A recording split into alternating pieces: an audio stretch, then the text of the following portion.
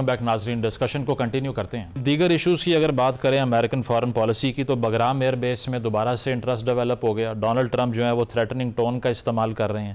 وہ یہ کہہ رہے ہیں کہ چائنا کے جو نیوکلیئر ایسٹس ہیں ان سے 1 گھنٹے کے فاصلے پر ہے بگرام ایئر بیس، اسی لیے ہمیں یہاں پریزنس دوبارہ سے دی جائے۔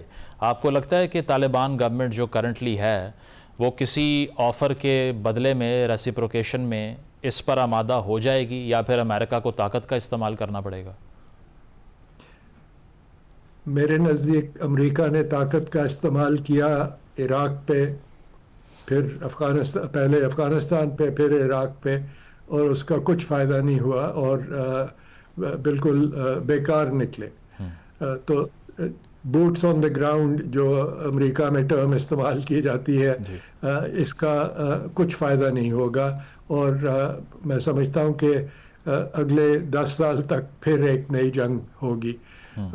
صدر ٹرمپ کے لیے سب سے بہتر طریقہ وہی ہے جو انہوں نے مجھے لگتا ہے کہ شروع کیا ہے۔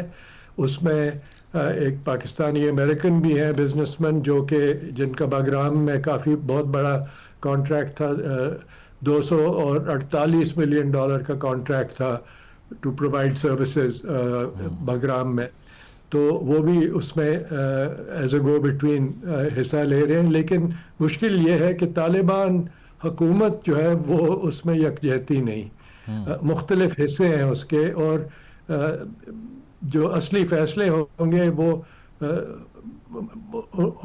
دیکھنا ہوگا کہ کس سے وہ بات چیت کر رہے ہیں، آیا سراج حقانی سے بات کر رہے ہیں یا کسی اور سے بات کر رہے ہیں۔ اور سب سے بڑی جو امریکہ کے پاس لیوریج ہے وہ ہے جو $9 بلین افغانستان کے انٹرنیشنل ریزروز، جو کہ بہت بڑے ریزروز ہیں اس چھوٹے سے ملک کے لیے۔ پاکستان کے مقابلے میں آپ دیکھیں کہ پاکستان کے 13 بلین ریزروز ہیں، اور آبادی کتنی بڑی ہے۔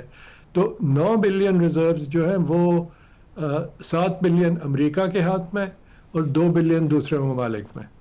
تو وہ ایک قسم کی انٹائسمنٹ ہوگی افغانستان کو کہ آپ کو ہم وہ پیسے دے دیں گے اگر آپ ہمارے سے بات چیت کریں، اور باگرام آپ کا ہوگا، لیکن ہم وہاں پہ مقیم ہوں گے اور وہ فیصلہ کر سکتے ہیں کہ 20 سال 25 سال 100 سال، جس طرح ریکگنائز بھی کر سکتے ہیں طالبان کی رجیم کو اس کے بالکل بالکل بالکل۔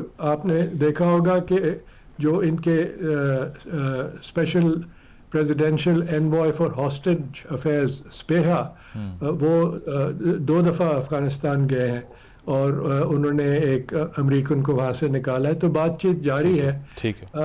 باگرام کے بارے میں آپ کو بتاؤں کہ کتنا اہم ہے وہ، کہ وہ صرف ایئرپورٹ نہیں، وہ ایک پورا شہر ہے، اور اس میں ہر قسم کی فیسلٹی ہے، اور اس کی جو رن ویز ہیں وہ B-52 بامرز کے لیے بنائی گئی ہیں۔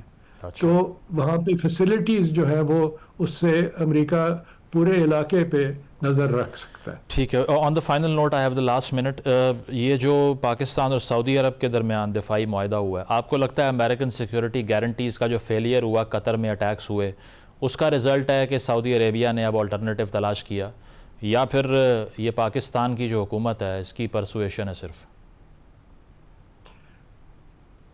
اس کو ابھی تک ہمیں سمجھنا پڑے گا کہ اس کے پریکٹیکل امپلیکیشنز کیا ہے۔ آیا پاکستان سعودی عرب کے ساتھ اپنے نیوکلیئر اثاثات شیئر کریں گے؟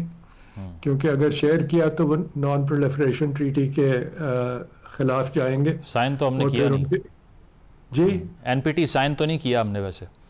نہیں، لیکن ایک انٹرنیشنل رجیم ہے نان پرولیفریشن کی، جس کے خلاف اگر آپ گئے، اور آپ کے پاکستان کے وزیر دفاع نے کہا ہے کہ سب کچھ ان کے پاس ہوگا جو ہمارے پاس ہے، تو اس کے اثرات دیکھنے ہوں گے۔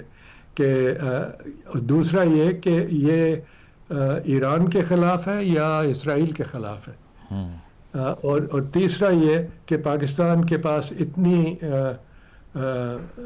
مین پاور ہے اور ریسورسز ہیں کہ وہ سعودی عرب کو بھی بچا سکے، اور اسرائیل کے خلاف بھی پروٹیکشن دے سکے، اور ایران کے خلاف بھی پروٹیکشن دے سکے۔ اور اگر سعودی نے کہا کہ یمن میں ہمیں مدد کریں تو وہاں بھی مدد کر سکیں. یہ کافی مشکل سوالات ہیں، ان کے جواب ابھی تک ہمیں اس کے جو آبجیکٹیوز ہیں وہ گریجولی کلیئر ہوں گے. بہت شکریہ. شجاع نواز صاحب ہمارے ساتھ موجود تھے. بریک کرتے ہیں، بریک کے بعد واپس آئیں گے. Stay with us.